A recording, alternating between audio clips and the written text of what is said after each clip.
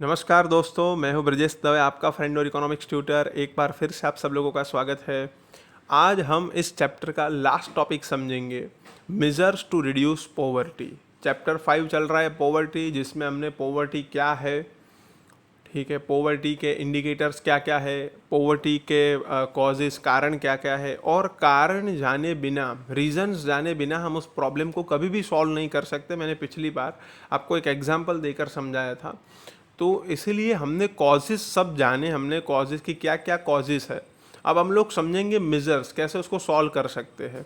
तो जो कॉजेज है उसको सॉल्व कर दिया जाए तो अपने आप ये प्रॉब्लम सॉल्व हो जाएगा। जैसे कि हमारे देश में इकोनॉमिक फैक्टर्स में ऐसा लिखा है कि हमारे देश में लो एग्रीकल्चरल प्रोडक्टिविटी पर लेबरर है, तो हमें एग्रीकल्चरल प्रोडक्टिविटी बढ़ानी पड़ेगी।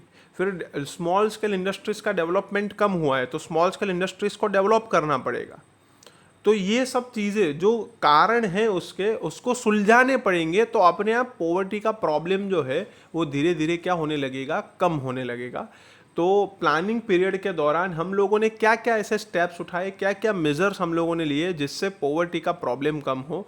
India has taken the following steps to reduce poverty during planning period. दोस्तों, मैं एक बार फिर से आप लोगों को शांति से ये समझाना चाहता हूँ कि इस चैप्टर में ये पॉसिबल नहीं है कि मैं आपको वर्ड टू वर्ड एक्सप्लेन कर पाऊँ, इसलिए इस चैप्टर में आपको भी थोड़ी ज़्यादा मेहनत करनी पड़ेगी। और अगर आपको कुछ प्रॉब्लम है तो कमेंट बॉक्स पे कमेंट कर सकते हैं, या तो कॉल या मैसेज मुझे कर सकते हैं कि मुझे ये टॉपिक समझ में नहीं आ रहा है, आप मुझे पूरा टॉपिक समझाओ दोस्तों। बाकी इस चैप्टर में ये पॉसिबल नहीं, क्योंकि थियोरिटिकल चैप्टर है और बहुत लेंथी चैप्टर है। सो अगर एक वर्ड टू वर्ड समझाने जाऊँगा तो हमारा जो टाइम पीरियड है उसमें ये चैप्टर कंप्लीट नहीं होगा दोस्तों। तो मेरी मजबूरी है ये वीडियोस में कि मैं आपको डिटेल में ये नहीं समझा सकता हूँ। बाकी मेरी बहुत इच्छा है कि मैं आपको डिटेल में समझाऊँ, लेकिन मुझे भरोसा है आप लोगों के ऊपर कि आप लोग बुक में से इसको एक बार अच्छे से पढ़ोगे। तो फर्स्ट है टू इंक्रीज एग्रीकल्चरल प्रोडक्टिविटी। हमारे देश में एग्रीकल्चरल प्रोडक्टिविटी बहुत ही कम है, तो उसको बढ़ानी चाहिए। कैसे बढ़ानी चाहिए? तो ज़्यादा से ज़्यादा किसानों को इरिगेशन फैसिलिटीज़ प्रोवाइड करनी चाहिए, और हमारे देश में गांव में छोटे जो उद्योग है और जो सर्विस सेक्टर है उसका विकास नहीं हुआ है, तो इंफ्रास्ट्रक्चर सर्विसेज डेवलप करनी चाहिए गांव में, और उद्योग और सेवा क्षेत्र का विकास करना चाहिए गांव में, ताकि जो एग्रीकल्चर सेक्टर में जो डिस्गाइज्ड अनएम्प्लॉयड है, जो छुपे हुए बेरोजगार है, कि जो बाहरी तौर पर तो हमें ऐसा लगता है कि काम करते हैं लेकिन प्रोडक्शन में उनका कंट्रीब्यूशन कुछ भी नहीं है, ऐसे लोगों को हम शिफ्ट कर सके, तो एग्रीकल्चर सेक्टर में जितने भी लेबरर्स रहेंगे उनकी प्रोडक्टिविटी भी बढ़ जाएगी और उनकी इनकम भी बढ़ जाएगी। तो एग्रीकल्चरल प्रोडक्टिविटी हमें बढ़ानी पड़ेगी। सेकेंड है development of small scale industries. दोस्तों, सबसे इम्पॉर्टेंट अगर मेजर मुझे लगता है तो ये है, क्योंकि हमारे देश में सबसे ज़्यादा रोजगारी, सबसे ज़्यादा आय में मतलब इनकम में, और सबसे ज़्यादा मतलब एक्सपोर्ट में भी अगर कंट्रीब्यूशन किसी का है, रोजगारी आय हमारी जीडीपी में, एक्सपोर्ट में, तो वो स्मॉल स्केल इंडस्ट्रीज़ का है, और ख़ास करके एम्प्लॉयमेंट प्रोवाइड करती है, क्योंकि ये लेबर इंटेंसिव प्रोडक्शन टेक्निक पे काम करते हैं। यहाँ पर मशीन्स का ज़्यादा इस्तेमाल नहीं होता है, लेबरर्स का ज़्यादा इस्तेमाल होता है। और जबकि हमारे देश की जनसंख्या ज़्यादा है, तो हमें लेबर इंटेंसिव प्रोडक्शन टेक्निक का ज़्यादा इस्तेमाल करने वाले उद्योग है उनके ऊपर ध्यान देना चाहिए। तो इसीलिए हमारे देश में अगर हम स्मॉल स्केल इंडस्ट्रीज़ का डेवलपमेंट करें, अगर हम छोटे उद्योगों को प्रोत्साहन दें, ज़्यादा से ज़्यादा छोटे उद्योगों का विकास करें, तो हमारे देश में काफ़ी हद तक गरीबी का प्रॉब्लम क्या हो सकता है, सॉल्व हो सकता है। Development of unorganised sector. दोस्तों, दो तरह के सेक्टर होते हैं, एक ऑर्गेनाइज सेक्टर और एक अनऑर्गेनाइज सेक्टर। ऑर्गेनाइज सेक्टर जो है वो पूरा लॉ कानून के ऊपर चलता है, पूरा उसका एक संगठन होता है, ठीक है, और कोई भी उसमें कानून तोड़ नहीं सकता है, सबको कानून का पालन करना पड़ता है। और ऑर्गेनाइज सेक्टर जो है वो अलग अलग रूल्स और लॉ से बना हुआ होता है, और इसमें ना एक्सप्लॉयटेशन नहीं होता है। जबकि अनऑर्गेनाइज सेक्टर जो है उसमें ऑर्गेनाइजेशन ही नहीं होता है, कोई रूल, कोई लॉ, कोई कानून वहाँ पर होता नहीं है। ऑर्गेनाइज सेक्टर मतलब, जैसे मान लो कि कोई गवर्नमेंट जॉब है तो वो ऑर्गेनाइज सेक्टर है। कोई प्राइवेट कंपनी में काम कर रहा है जहाँ पर नौकरी की सारी शर्तें पहले से तय होती है कि इतने दिन काम करना है, ठीक है, इतनी आपको सैलरी मिलेगी, इतनी आपको लीव मिलेगी, इतना आपको पीएफ कटेगा। लेकिन दोस्तों ये ऑर्गेनाइज सेक्टर है कि जिसमें सब कुछ रूल्स लॉ सब कुछ बना हुआ होता है और एक संगठन होता है, ऑर्गेनाइजेशन होता है। और अनऑर्गेनाइज सेक्टर का मतलब क्या होता है कि जैसे सब्जी वाले, वेजिटेबल वेंडर्स है, जैसे वो मैसन से मजदूर लोग होते हैं बेचारे, और जो फेरिए होते हैं जो घूमते अलग अलग सोसाइटी में। अब ऐसे लोग जो है ये जब तक उनमें मेहनत करने की क्षमता है तब तक वो मेहनत करेंगे, तब तक वो कमाएंगे। लेकिन दोस्तों कभी आपने सोचा है कि जब वो बूढ़े हो जाएंगे तो उनको कहाँ से पीएफ मिलेगा, तब उनकी फैमिली कैसे चलेगी, तब उनको कहाँ से पेंशन मिलेगा? क्योंकि ये अनऑर्गेनाइज सेक्टर में काम करते हैं। अगर ये काम करने नहीं गए तो उनका घर कैसे चलेगा? तो दोस्तों अनऑर्गेनाइज सेक्टर की हालत सुधारनी चाहिए, इन लोगों के लिए अलग अलग योजनाएं बनानी चाहिए और इन लोगों की इनकम फिक्स करनी चाहिए। क्योंकि आज हमारे देश में सबसे ज़्यादा गरीबी में अगर कोई है तो वो अनऑर्गेनाइज सेक्टर में काम करने वाले लोगों में से है। खास करके हमारे देश में जो गरीबी है वो एक तो एग्रीकल्चर सेक्टर में है, गांव में एग्रीकल्चर सेक्टर में, और दूसरा शहर में और गांव में जो अनऑर्गेनाइज सेक्टर में काम करते हैं, जिनकी कोई सेफ्टी नहीं है जॉब की, जिनकी कोई काम की सेफ्टी नहीं है, कोई पैसे की सेफ्टी नहीं है। तो जो अनऑर्गेनाइज सेक्टर में काम करते हैं, जैसे मैंने बोला, ये जो कड़िए हैं, मजदूर है, जो फेरिए है, ये सब लोग हैं, इनका डेवलपमेंट करना चाहिए, इनके लिए अलग अलग योजनाएं बनानी चाहिए, इनकी एक इनकम, बेसिक इनकम एक होनी चाहिए। गवर्नमेंट को ऐसी स्कीम लानी चाहिए कि इनको बेसिक इनकम हर महीने गवर्नमेंट देगी, तो हम काफ़ी हद तक गरीबी के प्रॉब्लम को क्या कर सकते हैं, सॉल्व कर सकते हैं। फोर्थ है use of appropriate tax policy. दोस्तों टैक्स पॉलिसी हमेशा ऐसी होनी चाहिए कि जिसमें जो पैसे वाले लोग हैं, जो लग्जरियस गुड्स है, उसके ऊपर ज़्यादा से ज़्यादा टैक्स कलेक्ट करे गवर्नमेंट, और वो जो पैसे इकट्ठा होते हैं उससे गरीबों के लिए योजनाएं बनाए। मतलब जो अमीर लोग जिस चीज़ों का इस्तेमाल करते हैं, जो लग्जरियस चीज़ों का इस्तेमाल करते हैं, उसके ऊपर ज़्यादा टैक्स कलेक्ट करो, और गरीब लोगों की चीज़ वस्तु और सेवाओं के ऊपर कम से कम टैक्स रखो और उनको उनका ज़्यादा से ज़्यादा बेनिफिट दो। और जो टैक्स कलेक्ट करते हैं अमीरों के पास से, उसके वो जो टैक्स कलेक्ट करने के बाद गरीबों के लिए योजना बनाई जाए। तो इस तरीके से हम इनकम का क्या कर सकते हैं, रीडिस्ट्रीब्यूशन कर सकते हैं। क्योंकि अनइक्वली डिस्ट्रीब्यूशन हो गया है, richer gets more richer and poorer gets more poorer. तो कैसे हम उसको रिडिस्ट्रीब्यूट कर सकते हैं? तो टैक्स पॉलिसी के थ्रू हम लोग इसको रिडिस्ट्रीब्यूट कर सकते हैं। अमीरों के पास से ज़्यादा टैक्स कलेक्ट करो और उसी टैक्स जो पैसे आए हैं उससे गरीबों के लिए योजनाएं बनाएंगे, तो काफ़ी हद तक गरीबी का प्रॉब्लम सॉल्व कर सकते हैं। फिफ्थ है rise in human capital investment. दोस्तों ये समझने जैसा है, ह्यूमन कैपिटल इन्वेस्टमेंट, ध्यान से सुनना, ह्यूमन कैपिटल इन्वेस्टमेंट, तीसरी बार बोल रहा हूँ ये वर्ड। दोस्तों डेवलप्ड कंट्रीज़ में इसके ऊपर बहुत ज़्यादा इन्वेस्टमेंट होता है। जो इन्वेस्टमेंट करने से उस देश के इंसान की शारीरिक और मानसिक कार्य क्षमता बढ़े, ऐसे इन्वेस्टमेंट को, ऐसे निवेश को हम मानव पूंजी निवेश कहते हैं, ह्यूमन कैपिटल इन्वेस्टमेंट कहते हैं। जिस देश में, मतलब जो इन्वेस्टमेंट करने से उस देश के नागरिकों की, उस देश के इंसानों की शारीरिक और मानसिक कार्य क्षमता बढ़े, ऐसे इन्वेस्टमेंट को हम ह्यूमन कैपिटल इन्वेस्टमेंट बोलते हैं। अगर मान लो कि हमारे देश में या तो किसी भी देश में अगर कोई गवर्नमेंट किसी भी देश में अगर मान लो कि हेल्थ फैसिलिटीज़ फ्री कर देती है, तो दोस्तों इससे शारीरिक कार्य क्षमता बढ़ेगी। बहुत सारे बेचारे जो गरीब लोग हैं, जो फैसिलिटीज़ नहीं ले पाते, वो भी अच्छे से अच्छी फैसिलिटीज़ ले पाएंगे। अगर मान लो एजुकेशन फ्री में कर दे, जितना पढ़ना है उतना पढ़ो फ्री में, तो क्या होगा, हमारे देश के लोगों की जो मानसिक कार्य क्षमता होगी वो बढ़ेगी। डेवलप्ड कंट्रीज़ में हेल्थ के ऊपर, एजुकेशन के ऊपर, ठीक है, फिर स्किल डेवलपमेंट के ऊपर बहुत सारा इन्वेस्टमेंट किया जाता है। इसकी वजह से वहाँ पर क्या होता है कि वहाँ पर अनएम्प्लॉयमेंट, मतलब वहाँ पर सब लोगों को अच्छे से अच्छा काम मिल जाता है, अनएम्प्लॉयमेंट के चांसेस बहुत कम। ऐसा नहीं कि वहाँ पर अनएम्प्लॉयमेंट नहीं होती, होती है, लेकिन इतनी ज़्यादा नहीं होती है, और सैलरी भी वहाँ पर बहुत ज़्यादा होती है। तो इसीलिए हमारे देश में इसकी बहुत ज़रूरत है। हेल्थ और एजुकेशन के ऊपर बहुत ज़्यादा खर्चा करना चाहिए, जिससे गरीब से गरीब इंसान जो अच्छे से अच्छी हेल्थ फैसिलिटीज़ ले सके, और गरीब से गरीब जो लोग हैं उनके बच्चे भी अच्छे से अच्छी पढ़ाई कर सके, और उनकी शारीरिक और मानसिक कार्य क्षमता में बढ़ोतरी हो, और वो भी देश को आगे बढ़ाने में अपना योगदान दे सके, और उनके परिवार को गरीबी में से बाहर निकाल सके। तो rise in human capital investment, मानव पूंजी निवेश में बढ़ोतरी बढ़ोतरी होनी चाहिए, जिससे मानवीय की कार्यक्षमता बढ़ेगी, और मानवीय की कार्यक्षमता बढ़ेगी तो उनको अच्छे से अच्छा काम मिलेगा और उनको मतलब वो गरीबी में से बाहर आ पाएंगे। फिर सिक्स्थ है goods and services at reasonable rates. दोस्तों बहुत सारे लोग ऐसे हैं आज हमारे देश में कि जो अपनी प्राइमरी रिक्वायरमेंट्स भी पूरी नहीं कर पाते हैं, तो उनके लिए गवर्नमेंट को जो प्राइमरी गुड्स है वो रीजनेबल रेट्स पे उनको पहुंचाने चाहिए। और इसके लिए गवर्नमेंट ने हमारे देश में जो राशन शॉप से अलग अलग 4 लाख राशन शॉप्स चलाते हैं, जिसको हम बोलते हैं पब्लिक डिस्ट्रीब्यूशन सिस्टम, जिसमें राशन कार्ड होता है और गरीबों के लिए जो प्राइमरी रिक्वायरमेंट जो फूड्स होते हैं, ठीक है, प्राइमरी रिक्वायरमेंट जो भी खाने पीने की चीज़ें होती है वो बहुत सस्ते दाम पर मिलती है। लेकिन इसको और एक्सटेंड करना चाहिए और ज़्यादा से ज़्यादा लोगों को प्राइमरी रिक्वायरमेंट उनकी पूरी हो, ऐसा गवर्नमेंट को प्रयास करना चाहिए।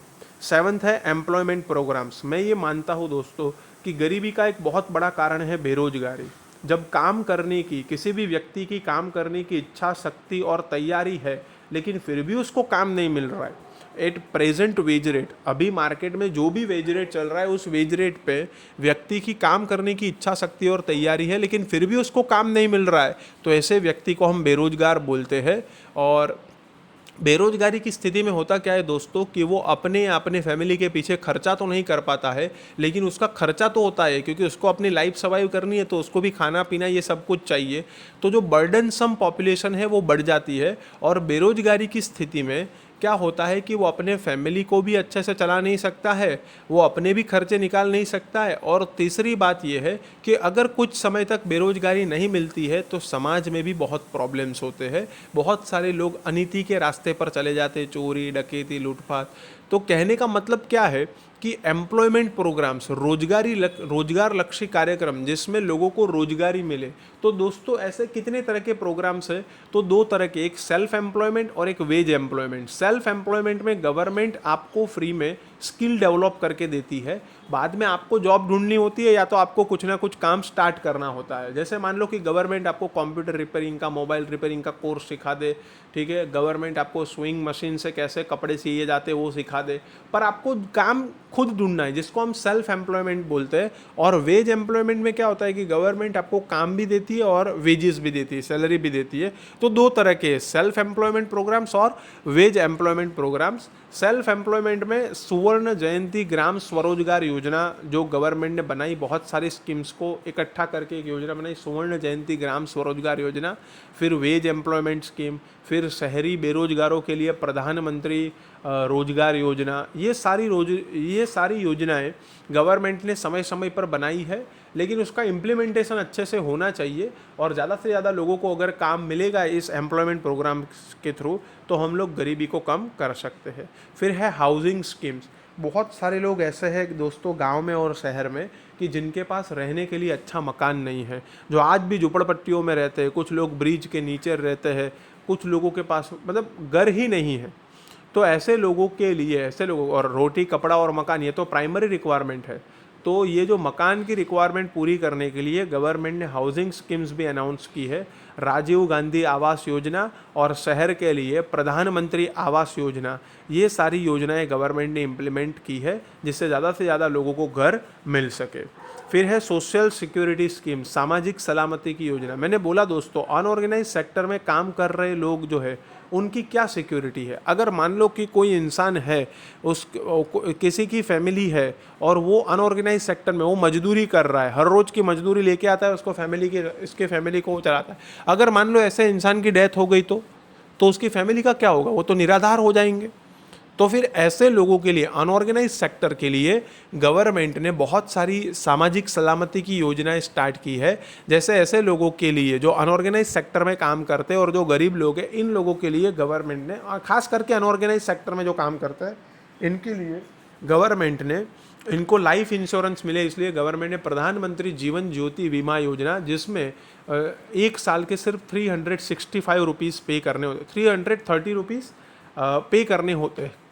और अगर मान लो ऐसे इंसान की अगर डेथ हो जाती है तो उसके फैमिली को 2 लाख रुपए मिलते हैं। फिर एक ऐसी स्कीम है अनऑर्गेनाइज सेक्टर में जिसका नाम है प्रधानमंत्री अकस्मात बीमा योजना।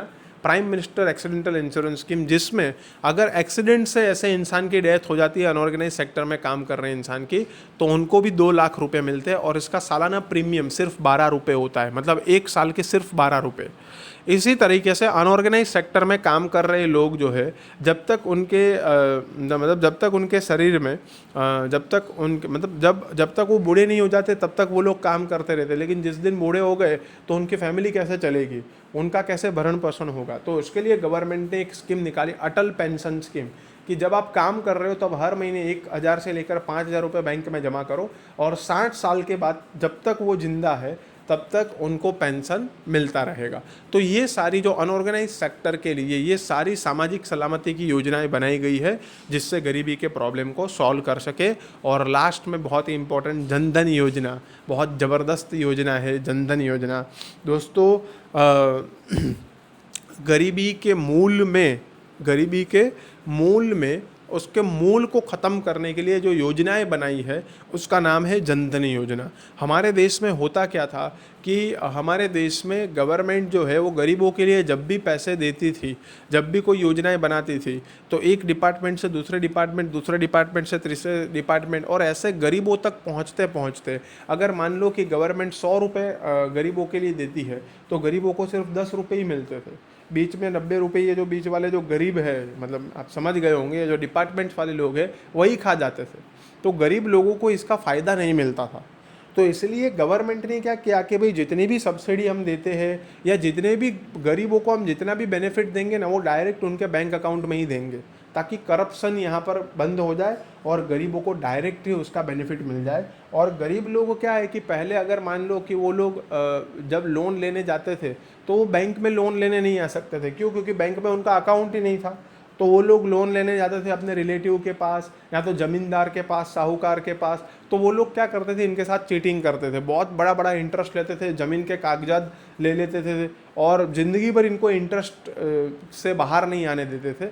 तो ये सब पहले के ज़माने में होता था और ये आज की गवर्नमेंट ने बहुत अच्छा काम किया है कि गरीबों का फ्री में अकाउंट ओपन करवा रहे हैं और फ्री में अकाउंट ओपन करवा के जितने भी बेनिफिट्स है वो डायरेक्ट गरीबों के अकाउंट में क्या कर रहे, ट्रांसफ़र कर रहे। इससे बहुत अच्छा काम होगा कि ये जो बिचौलिए है, जो पैसे खा जाते हैं, जो करप्शन था वो कम हो जाएगा और गरीबों के मतलब गरीबों को डायरेक्ट इसका बेनिफिट मिलेगा। तो ये जो जनधन योजना है बहुत ज़बरदस्त योजना थी और इससे क्या होगा, गरीबों को बहुत ज़्यादा फ़ायदा हुआ है और आगे भी होगा। डायरेक्ट बेनिफिट ट्रांसफ़र, इसको बोलते हैं हम डीबीटी। आज हम जो भी एलपीजी गैस की सब्सिडी है या जो भी हमें सब्सिडी मिलती है वो सब हमारे अकाउंट में ही डायरेक्ट ट्रांसफ़र होता है। तो ये बहुत ही अच्छी बात है। ये जनधन योजना की विशेषता, खासियत ये थी कि जनधन योजना जो थी ये 28 अगस्त के आसपास ये स्टार्ट हुई थी 2014 को। और इसमें ये था कि बिना 1 रुपया भी भरे बिना आप अकाउंट ओपन करवा सकते हो और 5 महीने के अंदर, 5 महीने के बाद जिसने अकाउंट ओपन किया उसको 5,000 तक का ओवरड्राफ्ट मिलेगा। कि किसी को छोटी चाय की किटली स्टार्ट करनी है कुछ भी, तो 5,000 रुपये का ओवरड्राफ्ट भी मिलेगा। और 26 जनवरी 2015 से पहले अगर कोई जनधन योजना में अकाउंट ओपन करवाएगा, ऐसी स्कीम रखी थी गवर्नमेंट ने, तो उसको जो प्रधानमंत्री जीवन ज्योति बीमा योजना है वो फ्री में मिलेगी। उनको 330 रुपये साल के भरने पड़ेंगे नहीं। तो ये इतनी अच्छी स्कीम थी दोस्तों, इसलिए मैं बोल रहा हूँ इस स्कीम को समझना बहुत ज़रूरी है हमारे लिए। तो जनधन योजना गरीबी के मूल में घा करने के लिए, गरीबी के मूल को उखाड़ने के लिए, ख़त्म करने के लिए ये जो योजना बनाई गई थी उसको बोलते हैं जनधन योजना।